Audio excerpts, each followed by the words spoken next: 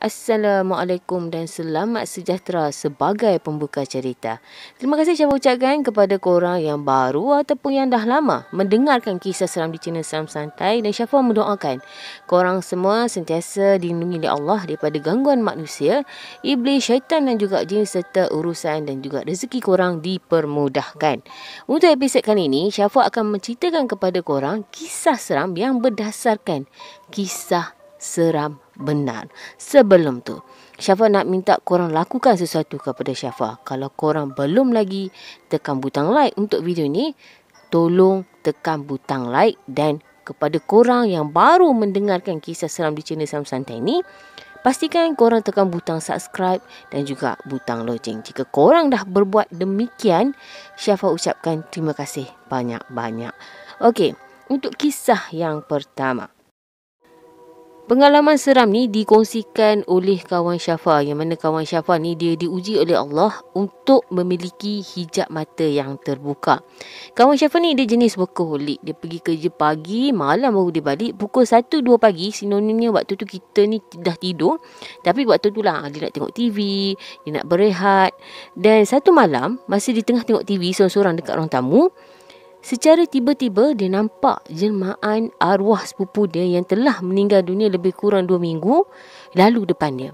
Masa ni jemaah tu lalu sekejap je, lepas tu hilang. Bagi orang yang ada hijab mata terbuka ni perkara biasalah untuk mereka melihat jemaah-jemaah orang-orang yang telah meninggal dunia ni adalah perkara biasa. Jadi selepas beberapa hari kawan Syafa tak tengok TV sebab dia cakap dia penat tau. Dia penat terus balik, dia tidur. Dan malam seterusnya dia tengok TV. Okay, masa ni sekali lagi secara tiba-tiba jemaah arwah sepupu dia ni muncul depan dia. Tapi kali ni muncul dalam keadaan yang resah, gelisah, dan sambil lalu depan kawan Syafa ni, jemaah tu duk sebut jangan. Beberapa kali jugalah dia lalu depan kawan Syafa sebelum jemaah tu gaib. Malam keesokan harinya, benda yang sama juga berlaku. Jemaah tu muncul dalam keadaan resah yang gelisah sambil duk sebut jangan. Jadi itu menyebabkan kawan Syafa ni dia macam cuba untuk merungkai apa yang cuba disampaikan oleh jemaah tersebut kepada dia. Jadi esok tu sebelum dia pergi kerja, dia tunggu ayah dia siap untuk hantar dia pergi kerja. Dia singgahlah, dia pergi sekejap rumah sepupu dia yang dekat je dengan rumah dia. Arwah ni tak ada waris, jadi rumah tu kosong lah sejak arwah ni meninggal. Kawan Syafa cuba buka salah satu tingkap dekat rumah tu. Dan bila dia buka salah satu tingkap, dan dia nampak jemaah yang lalu depan dia beberapa malam ada dekat dalam rumah tu. Jadi dia pun tanya ke ayah dia, rumah tu nak buat apa tak? Nak bagi sewa ataupun nak jual ke? Ayah dia cakap adik-beradik lain dah bersepakat nak sewakan rumah tu lah. Tak baik nak biarkan rumah tu kosong lama-lama kan. Tak ada penghuni. Jadi takut ada makhluk halus pula yang singgah tinggal dekat dalam tu. Jadi kawan Syafa pun cakap dekat ayah dia. Dia cakap kalau boleh selagi tak ada penyewa, ayah pergi buka lampu dekat rumah tu setiap kali waktu maghrib. Jadi mula petang tu ayah dia buka lampu dekat rumah tu. Alhamdulillah kawan Syafa cakap dia dah tak nampak lagi dah jemaah tu. Dan kawan Syafa bagi tahu secara kesimpulannya ialah jemaah tu duk ulang alik depan dia sambil duk cakap jangan. Kiranya jemaah tu nak bagi tahu supaya rumah tu jangan disewakan kepada orang sebab mungkin jemaah tu nak tinggal ataupun menetap dekat dalam rumah arwah yang dah lama kosong. Untuk kisah yang kedua ni pula berlaku kepada 4 orang remaja lelaki yang dikategorikan sebagai agak nakal lah. Diorang ni suka lepak, suka musik kalau orang lalu kat depan tempat diorang lepak. Jadi diorang ni ada satu hobi yang sama, iaitu suka memancing. Jadi satu hari keempat-empat diorang ni pergilah memancing dekat satu lokasi ni. Tapi diorang dapat hasil pun biasa-biasa je. Jadi diorang pun buat keputusan untuk balik lah. Sebab masa tu pun dah lebih kurang 1 ke 2 pagi macam tu, diorang pun balik. Masa balik tu dalam kereta tu, dia gelak ketawa seronok bila ramai-ramai berkumpul macam tu sampai hilang pertimbangan lah. Maksud hilang pertimbangan ni bila diorang nampak je kereta yang selisih dengan kereta diorang hoi kan kereta tu. Jadi sampailah kereta yang diorang naik ni sampai dekat depan pintu gerbang Subah Kuil Hindu. Dan dekat depan pintu gerbang tu ada seorang perempuan tengah berlambai-lambai. Jadi macam Syafa cakap tadi, dia ni melawak sampai hilang pertimbangan. Salah seorang daripada yang duduk kat dalam kereta ni, remaja ni, dia buka tingkap dan hui kan perempuan yang melambai-lambai depan kuil tu. Jadi yang bawa kereta ni, dia terus memandu macam biasa. Tapi dia mula perasan yang perempuan yang melambai-lambai depan kuil tadi tu ada dekat depan dia orang tepi jalan sambil melambai-lambai juga. Jadi dia mula bawa laju. Jadi yang remaja yang lain kat belakang ni mula rasa hairan lah. Kenapa pula kan tiba-tiba bawa laju pula. Sampailah dia orang yang lain ni perasan rupa-rupanya yang bawa kereta ni bawa laju sebab nampak perempuan depan kuil tu berkali-kali. Kiranya 20 meter je dia orang bergerak. Dia orang nampak perempuan tu melambai-lambai tepi jalan. Bergerak je sikit ke depan, nampak lagi perempuan tu. Sampailah perempuan tu melambai-lambai ke arah dia orang, tersenyum dan gaib depan mata dia orang. Masa tu dekat dalam kereta tu memang senyap sunyi. Gelak ketawa tadi pun dah hilang. Sampai ke rumah masing-masing senyap, tak cakap apa-apa.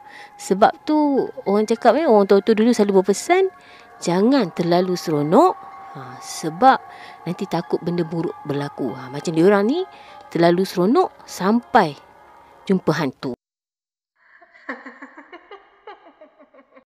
Antara langsui dan juga puntianak, yang mana suka menyakat manusia.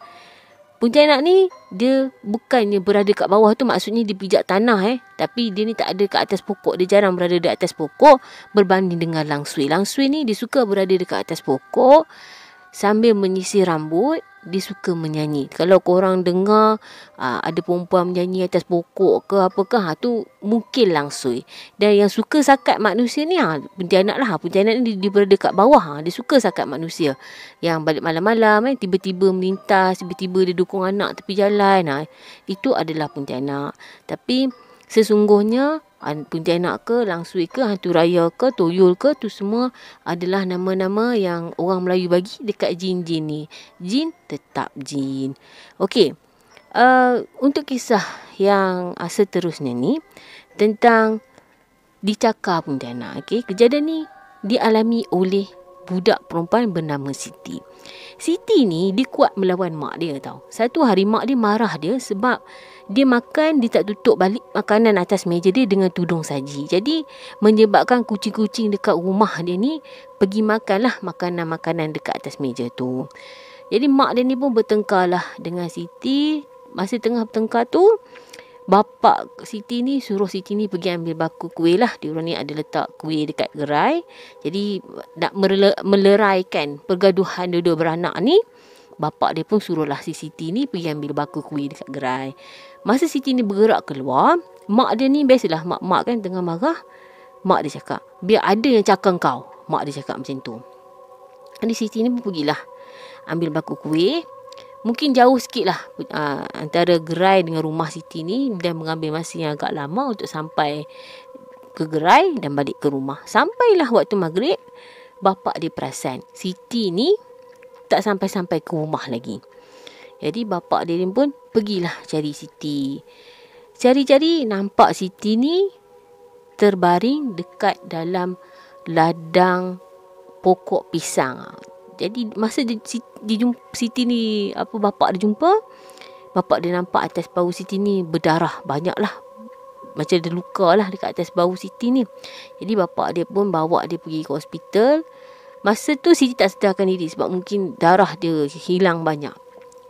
Dia sampai ke hospital, Siti ni pun sedar. Bila balik rumah, bapak dia pun tanya dia, apa sebenarnya yang berlaku? Jadi Siti pun bagi tahu, masa dia lalu dekat depan ladang pokok pisang tu, dia nampak ada perempuan panggil dia, Siti, Siti. Siti ni mungkin masa tu perempuan rambut panjang puntianak ni dia menyamar tak sebagai puntianak yang menyeramkan, mungkin dia menyamar sebagai perempuan yang cantik. Jadi Siti ni pergi. Masa pergi sampai-sampai je Siti cakap, Siti terus kena cakar, dia terus pingsan. Dan kalau korang nak tahu, parut tu parut kena cakar tu masih lagi berada dekat atas bahu Siti. Dan kadang-kadang bila orang lalu dekat depan ladang pokok pisang yang tempat Siti kena cakar tu, ada juga yang dengar hilayan daripada Pontianak yang tinggal dekat ladang pokok pisang tu.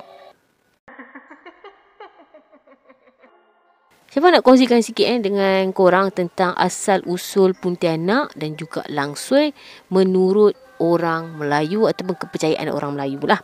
Okey, Pontianak ni dikatakan berasal daripada wanita yang melahirkan anak lalu meninggal dunia. Dan Langsui ni pula perempuan yang tengah berpantang kemudian meroyan dan meninggal dunia. Ini semua kepercayaan orang Melayu lah.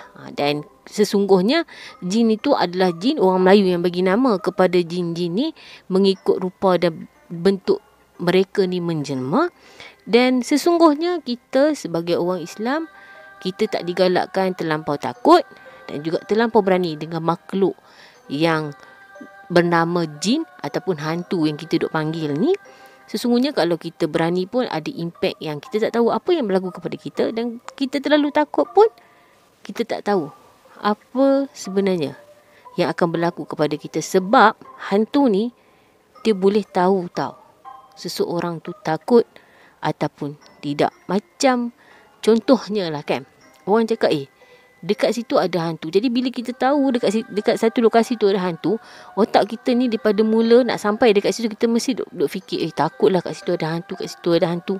Sebab tu kadang-kadang bila sampai di dekat lokasi tu, orang yang takut hantu ni lah yang akan diusik terlebih dahulu. Jadi kalau korang tahu lokasi yang korang nak pergi mana-mana, macam sekarang ni banyak orang pergi berjalan pergi menginap dekat tempat-tempat, kadang-kadang ada yang terpaksa check in tempat yang orang cakap hotel berhantu. So korang pergi macam biasa. Sesungguhnya korang bacalah ayat-ayat pelindung dan korang anggaplah korang selalu ingat Allah bersama dengan korang, dan rajin-rajinkanlah baca ayat pelindung yang mana paling ringkas sekali korang bacalah ayatul kursi.